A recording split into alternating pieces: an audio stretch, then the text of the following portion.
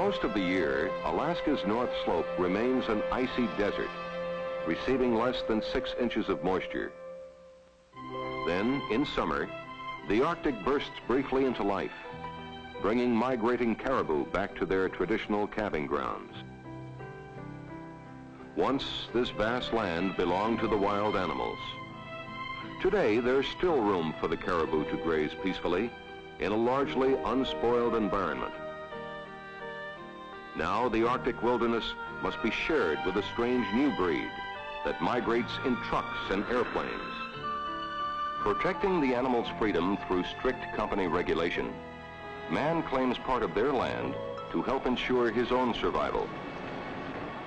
Since the first discovery of oil in 1968, Atlantic Richfield Company's operating area at Prudhoe Bay has been the scene of an ongoing adventure. Oilmen and their rigs are part of a massive operation designed to tap some 10 billion barrels of oil locked in a natural reservoir beneath the Arctic tundra. To meet the pipeline completion date, summer 1977, thousands of tons of equipment must be hauled here over long distances. In May 1975, the vanguard of an unusual armada sailed from Houston, Texas. There were no fanfares, no banners. Its journey would take it through the Panama Canal, around Mexico, up the west coast, to a special port facility on Puget Sound. Here in Seattle-Tacoma, a major industrial complex was being constructed for transport to Prudhoe Bay. In view of snow-clad mountains, workmen struggle against time and the blandishments of balmy weather to assemble the components of immense oil and gas processing facilities. Built in interlocking sections called modules, each unit will be self-contained, a fully equipped flow station, or gas injection plant, or fuel processing system.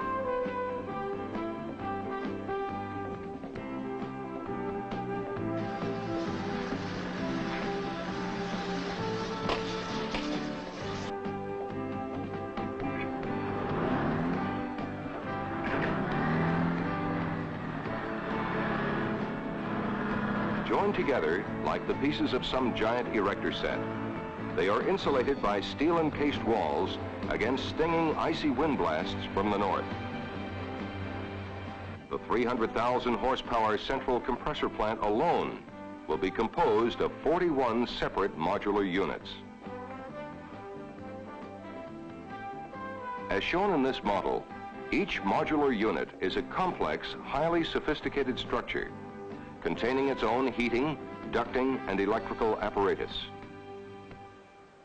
Hauling the giant modules onto the barges becomes a delicate operation. Every factor of weight and balance minutely calculated to prevent mishaps.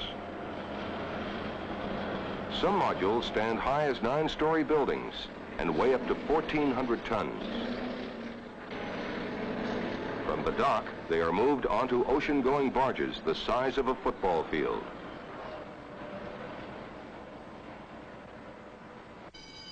All in all, it will take a month to load 30 barges with modules and equipment. Almost 100,000 tons of cargo will be shipped to Prudhoe Bay this summer. Instruments, housing units, earth-moving equipment, trucks, crawlers. No space is wasted. The module's underbelly becomes a vast storehouse for precious cargo, packed in tightly to withstand the rigors of an Arctic Ocean voyage. Welded down to prevent slippage in high winds. Spearheaded by ocean-going tugboats, manned by rugged crews, the flotilla prepares to sail.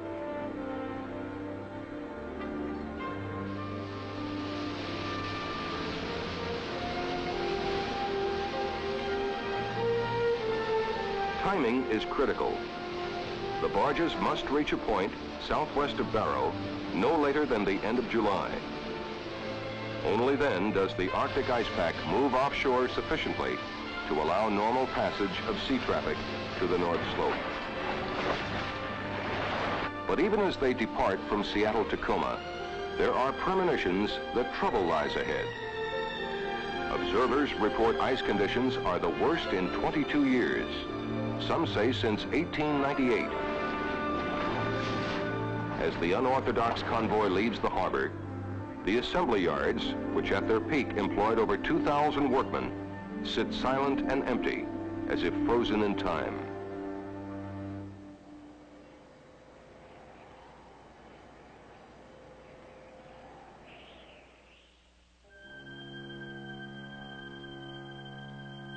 The voyage from Puget Sound to Prudhoe Bay is expected to last a month.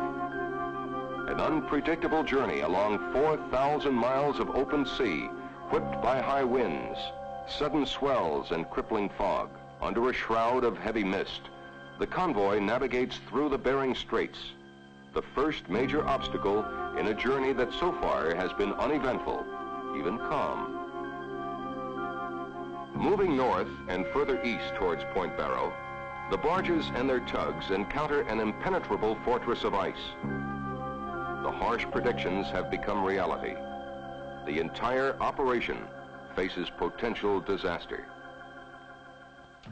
Meanwhile, at Prudhoe Bay, Atlantic Richfield's preparations continue around the clock. In summer, the sun never sets on the North Slope. Temporary solace for those who toil much of the year in twilight or darkness. Whether sinking steel and concrete pilings to support the modules, or simply moving gravel for highways, the men of Prudhoe Bay are heirs to a tradition of Arctic exploration begun in the last century by Perry and Frobisher. Searching for oil may seem less romantic than racing to the pole by dog sled, but the potential for mankind is no less impressive.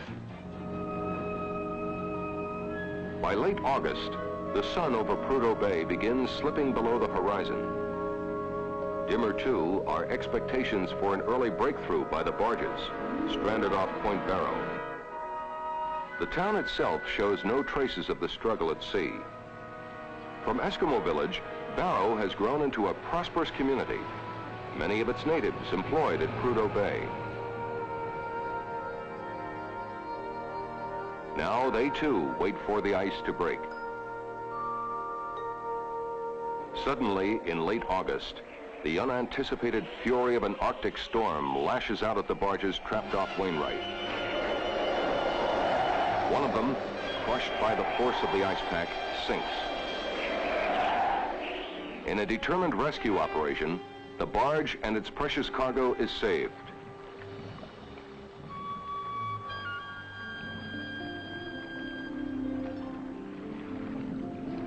Miraculously, in early September, the ice pack loosens its grip on part of the captive fleet.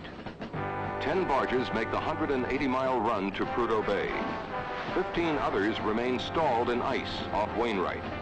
The remainder, carrying smaller equipment and supplies, turn south to offload their cargo for overland transportation north.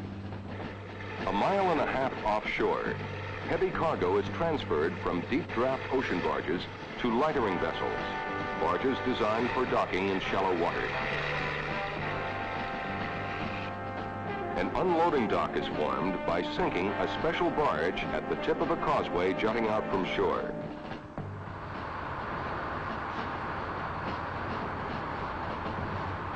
Barge 415, pumped with water for 24 hours, becomes a permanent fixture of Prudhoe's West Dock. Along the 4,000-foot causeway, the modules will be moved. Atlantic Richfield officials have anxiously waited more than 2 months for their arrival.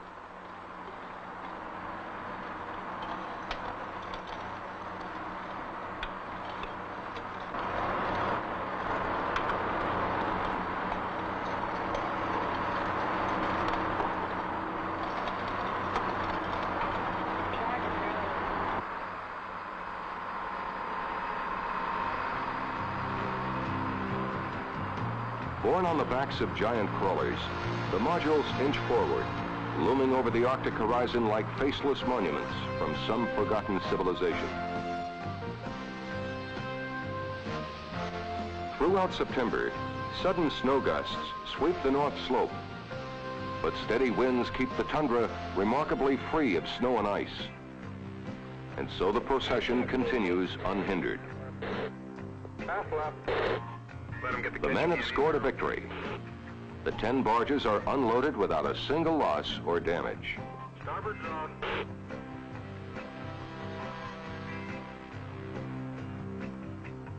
In their exhilaration, the plight of the icebound fleet left behind is momentarily forgotten. Yeah, can you hold her down to the east a little more and hold that port corner up to the corner of this module, okay? Get a lead on her this way. Get that line down to that tree. 2 miracles are joined, one of technology, one of nature. Modules move along gravel roads laid down to protect the tundra, a thin, delicate blanket of lichens and moss covering a 2,000-foot deep layer of permafrost. In the south of Alaska, winter's fury has not yet struck. To Valdez, a juncture for sea and land transport, one of the barges sent back from the Arctic already has arrived. Oversized trucks will now carry a vital load north to Prudhoe Bay. Giant beams and girders for bridges to span one of the many rivers coursing through the Arctic. So large are these vehicles and their cargo that all roads north have been cleared by government direction to enable them to pass.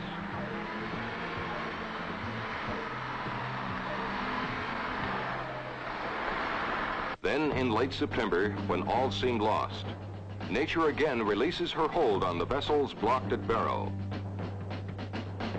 Led by Coast Guard icebreakers, moving like flagships triumphant in battle, the 15-barge fleet sails through fresh channels toward Prudhoe Bay.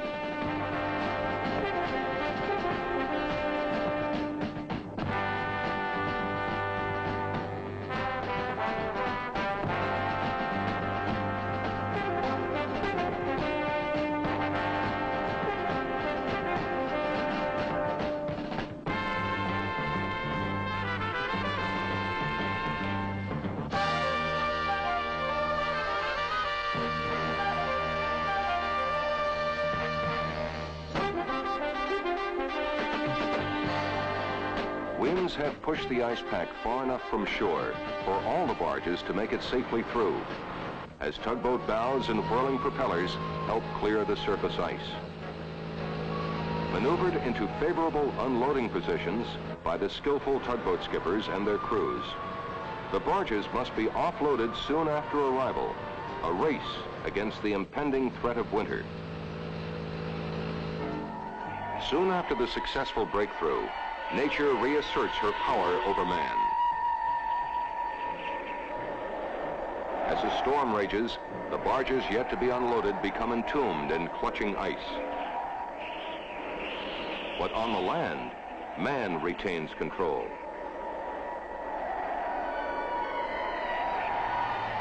Though temperatures fall rapidly and wind velocity increases, the movement of the modules to their final destination continues. Shrouded in protective canvas, they are carried by the giant crawlers to the oil facility site.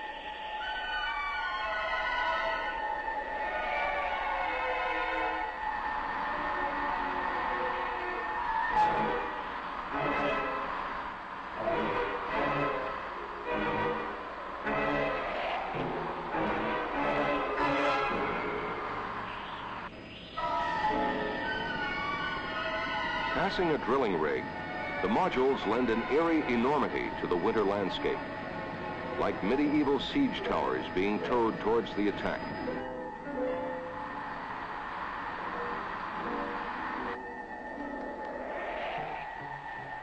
Night falls early.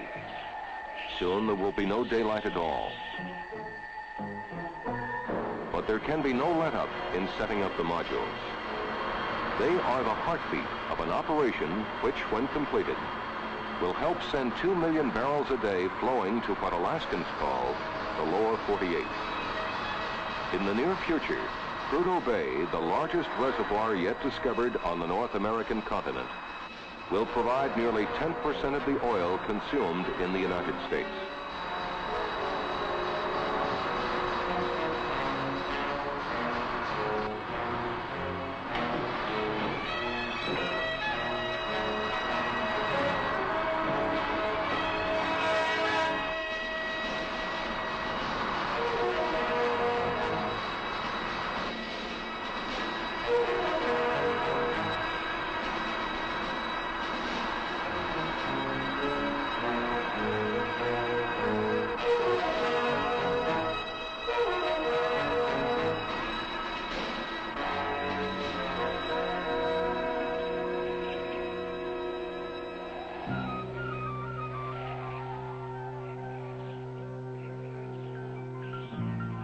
Constructed of sturdy steel and concrete, these pedestals eventually will support an Arctic complex of processing plants, living quarters, and recreational facilities for workers. Sunk into a gravel pad, the exposed sections rise 8 feet off the ground, allowing air to circulate beneath, eliminating heat transference and minimizing snowdrift. Some 400 miles south, in Fairbanks, rail lines to the north terminate. 63,000 tons of cargo from the diverted barges, brought here by 1,800 rail cars from Seward and Anchorage, will now move to Prudhoe Bay along the highways. It will take almost 5 months to complete the transfer.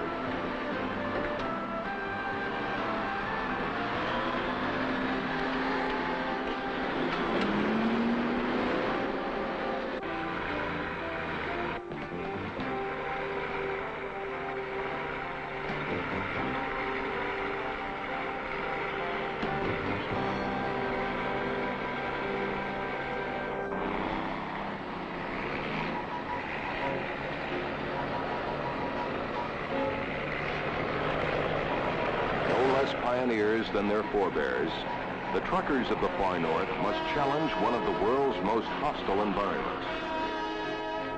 Leaving Fairbanks, the trucks begin their journey north. Through an inhospitable land, they travel the last leg of a journey roughly equal to 2/3 the width of the United States. They cross mountain passes that rise to 8,000 feet on wind-battered highways that, with scant warning, can be whipped by winter storms. Reaching the Dietrich Pass in the Brooks Range, the truckers come to one of the great natural barriers to the Northland.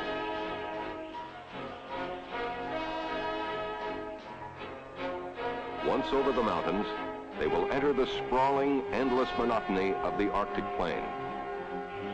Across this barren land, a life-supporting pipeline is being constructed. When completed, the Trans-Alaskan Oil Line will stretch 800 miles from Prudhoe Bay to Valdez, supplying energy necessary for America. Far above the Arctic Circle, Prudhoe Bay now lies enveloped in around-the-clock darkness. The massed trucks, which have arrived from Fairbanks, stand as silent testaments to man's perseverance and energy. All the equipment transferred from the barges, 3,500 truckloads, will make it through to ensure a bustling on-schedule winter at Prudhoe Bay and to provide a wide choice of unexpected nesting berths for a year-round resident.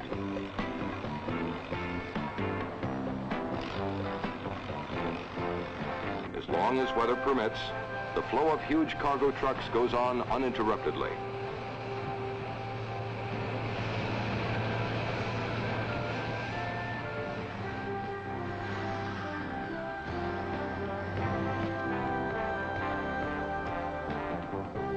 Throughout the endless night of winter, the Arctic landscape is transformed by ghostly figures of men and machines.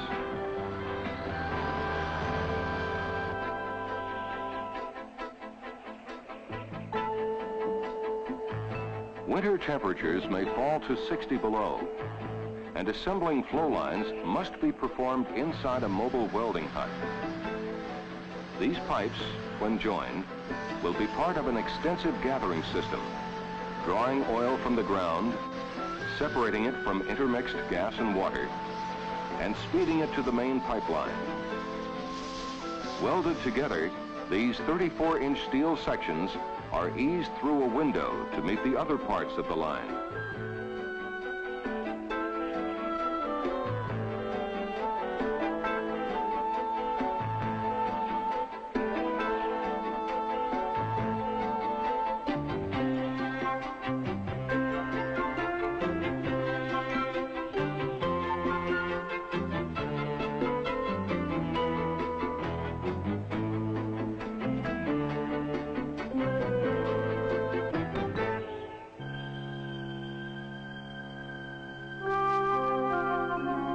Winter tightens its grip, and the shallow waters of the bay turn to ice.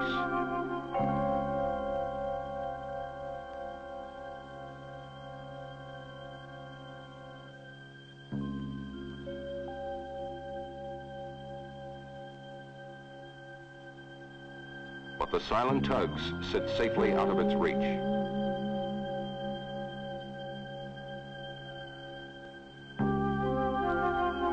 Though modules and equipment are heavily insulated to withstand gusts up to 100 miles per hour and temperatures unimaginably cold, officials are taking no chances.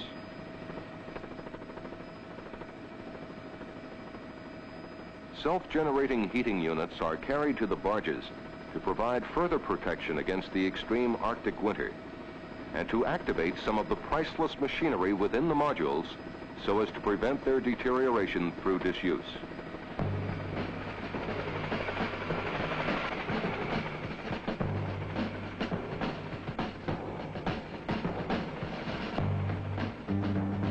Trapped off Prudhoe, helpless in unmoving ice 6 feet thick, the barges must wait until the spring, when nature's cycle repeats its timeless pattern and the ice begins to break. Until then, there is nothing man can do to free the vessels.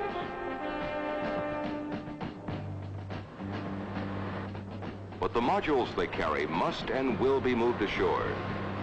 Powerful cutting machines are put into operation to clear a path through the ice for a gravel causeway, which will extend nearly a mile out to sea. Constructing the causeway required special permission from the state of Alaska and the U.S. Corps of Engineers.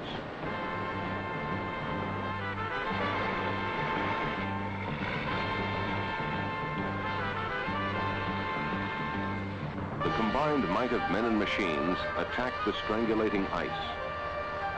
Within a month, the causeway will be completed. Assurance that a crucial project will now be maintained on schedule.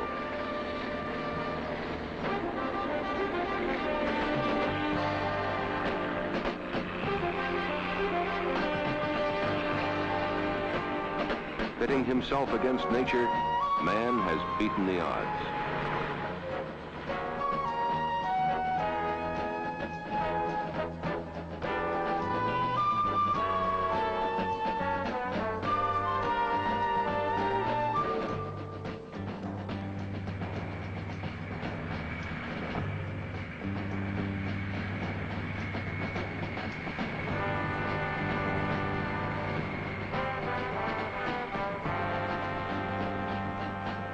In the eerie darkness of winter, the causeway moves steadily closer to the silent, towering monoliths. Soon the modules will be hauled onto shore, set into the Arctic landscape, permanent monuments to man's ingenuity and spirit.